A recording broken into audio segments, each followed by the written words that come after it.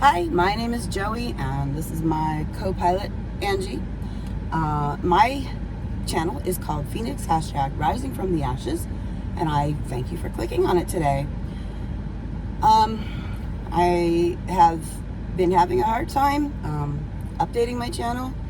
It's a mental health vlog, and I've been having mental health crisis after mental health crisis, right? Yep. Life is a crisis. Sometimes if you let it. Yeah, but if you have like mental health problems, then crises are like 10 times as bad as is.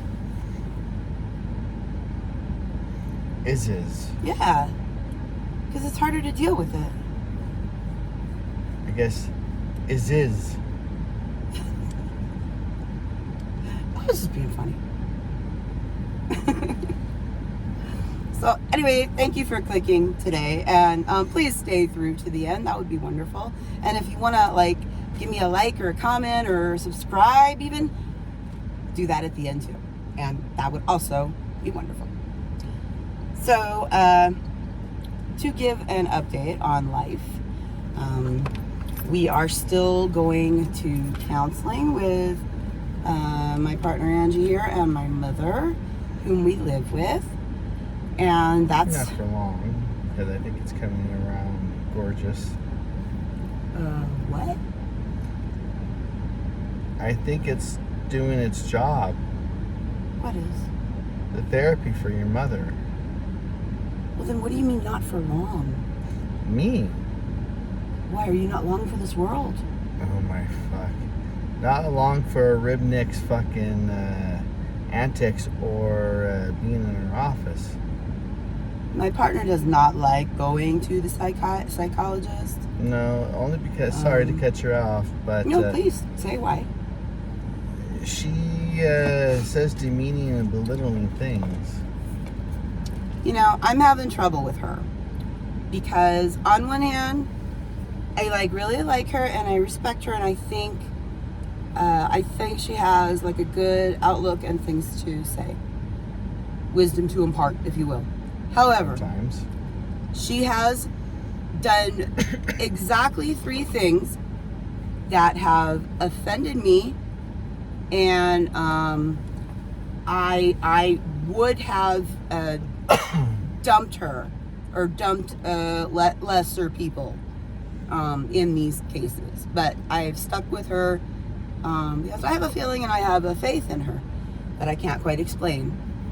But my partner, right here, you find it offensive that she upsets me. Mm-hmm. So, Very offensive. yeah.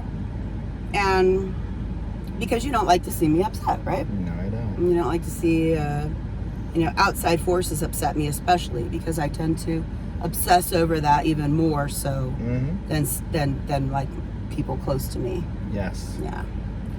So it's a little bit of a problem. But I tend to forget how I feel about going to therapy after I haven't been to it for a while. I forget what I don't like about it, and I don't like therapists trying to Go ahead. impose their sort of opinion and will it onto you. I don't like that. It's not what a psychiatrist or a psychologist is supposed to do. They're supposed to nurture what's coming out of you. Like, if you feel like meek and like a wallflower, so to speak, they're there to nurture you, to make you come out of your shell, so to speak, not pitch you back. Well, to be fair, I get put back so easily. Like, so easily. Like, my feelings get hurt like a motherfucker. Like, all the time. Pardon her language. No, it's terrible. It's just terrible. And So I always look through life knowing that. I look through life with that filter. You know, I let myself get like insulted or upset or whatever. I acknowledge it. But then I step back and I go, okay, that's, you know, where you're coming from, and you tend to get a little insulted and take things a little personal.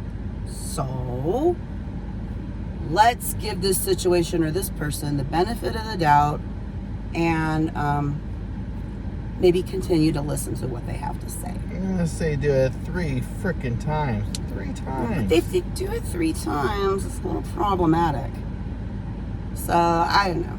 I mean, are you supposed to be a psychologist and then tell your patient, you know, when their patient says, and I quote, you know, my mom says I'm going to be living underneath the bridge one day.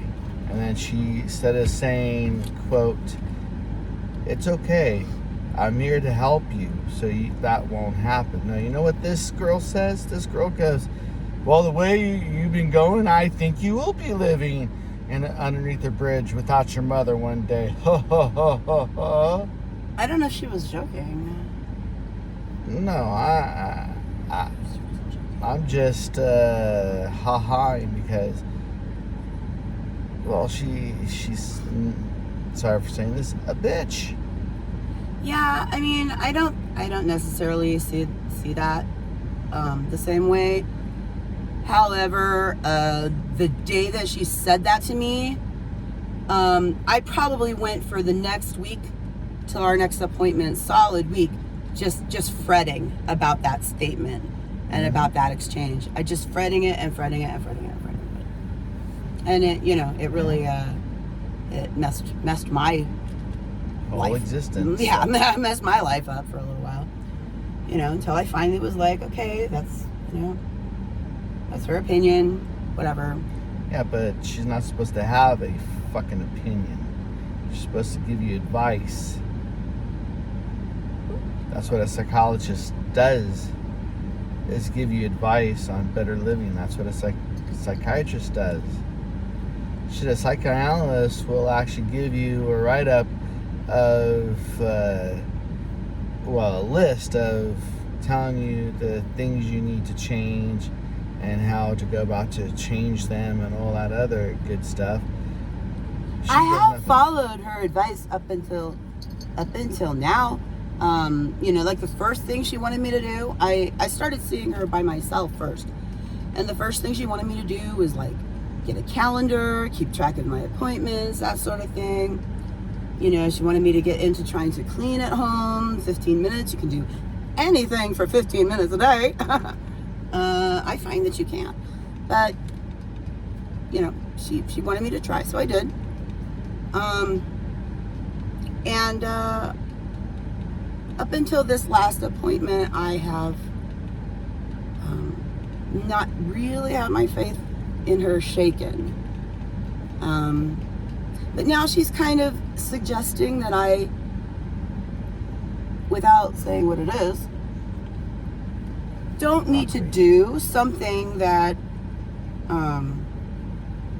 broccoli, but not broccoli, helps her calm down. Broccoli, not broccoli, helps her to cope with shit. And she's saying she should get rid of broccoli, not broccoli. If you know, you know. If you don't know, I'll give you another hint. Bob Marley followers do it all the time. There's your big hint. Okay. But the thing of it is, this is not something that I feel like disables my life. Especially when it's not psychotropic to you. It doesn't do that. It doesn't disable my life. Or that. I can and have stopped when need be. Go ahead, babe. That's our redheaded stepchild. And I don't worry about it. I don't think it's hurting anybody, including myself. It's something that I'm very upfront about with healthcare workers. Always.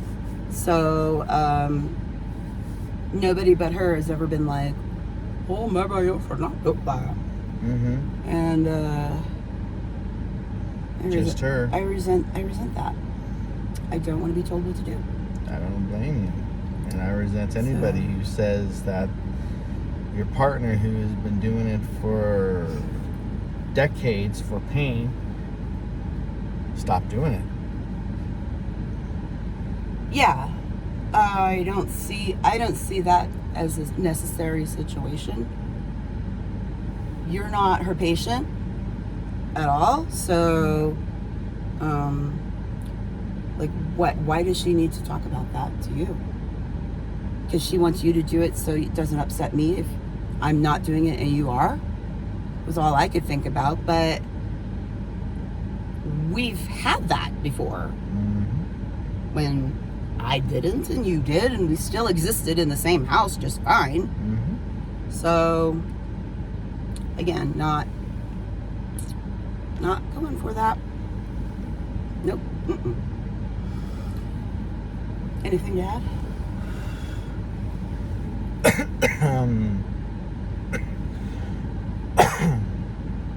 I mean, on this stuff, you've been able to do a lot of things that you wouldn't. Hold on. You've been able to do a lot of things that you wouldn't normally do, such as going out, being social, being anything. Some people have, a psychotropic effect because their brain is neurotypical. When you have neurodivergent brain, your brain's wired differently. Your cannabinoids are different, so you're gonna experience weed as though, and let's face it, neurodivergent people also have ADHD.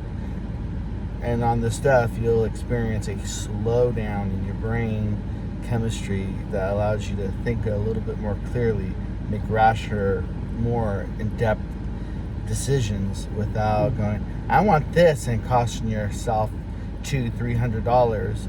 Meanwhile, on this stuff, you see the same thing for $50 somewhere else. It lost me somewhere along the line, but I've seen that. Like I don't think I just don't think it's necessary. I just resent people trying to tell me these things. That, this is something that's been in my life for how many years? Yeah, literally decades. So Decades, yeah. Tens of years. So fuck you. I don't know. I did do something that I promised her. I promised her that I would evaluate the situation and think on it and try to be more mindful about when I do it. But I'm not going to just give it up. And on a good note, since I've been to her the last time, which we do have an appointment in 2 days, I have gotten all the laundry done, which the laundry hasn't been all caught up for like at least a year. So got all that done. Got a lot of clothes. Yeah. So it's not like we're running out of clothes. And I've also remained active getting other little jobs around the house done. That's true. So that's huge for me. It is. That has been a shift that has not happened in a while, in a long while. And it's all I can do is I just wait for it to come, And it's really stupid, but yeah, I can't conjure that up. I can't conjure that will to clean up out of nowhere. I can't make it appear out of the dust on the floor, even if it is an inch thick. Well, that's why we bought Brandy. Yeah, Brandy wipes the floor. She's our little dust mop. Show them the dust mop.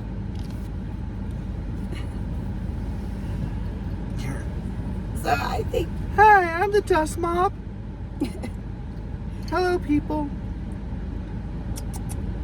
What the hell are you doing? She's looking out everywhere.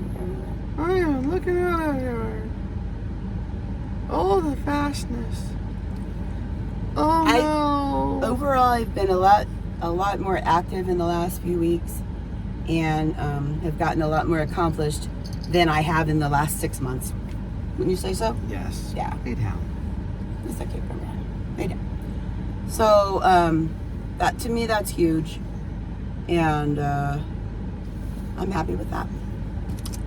I also did a difference in my medication. My doctor wanted me to take something 3 times a day, which is really, really, really, really, really, really hard to do because I have a terrible memory when it comes to taking pills. So I said, I'm not going to do that anymore. I can't do that anymore. And she said, well, how many times a week are you feeling just awful? You know, because I said I just sometimes get like up and down and up and down, and sometimes the down is so low that it's very disheartening, and it's hard to pull myself out of it. And I said, oh, well, I guess instead of every day, it's more like maybe a few days a week. And she thought a few days a week is still too much, so she went higher on another medication that I'm already taking, and I think that's helping. I think that's helping. It is. I think that's I don't know if that pushed through the cleaning barrier. Maybe. But it might have. But you know what I think it also was? I think it's part trying to prove that, like, I'm not just like a useless stoner, and I actually can clean the house. Okay, in order to be a stoner, you would actually have to get stoned. But, you know, okay, useless hippie.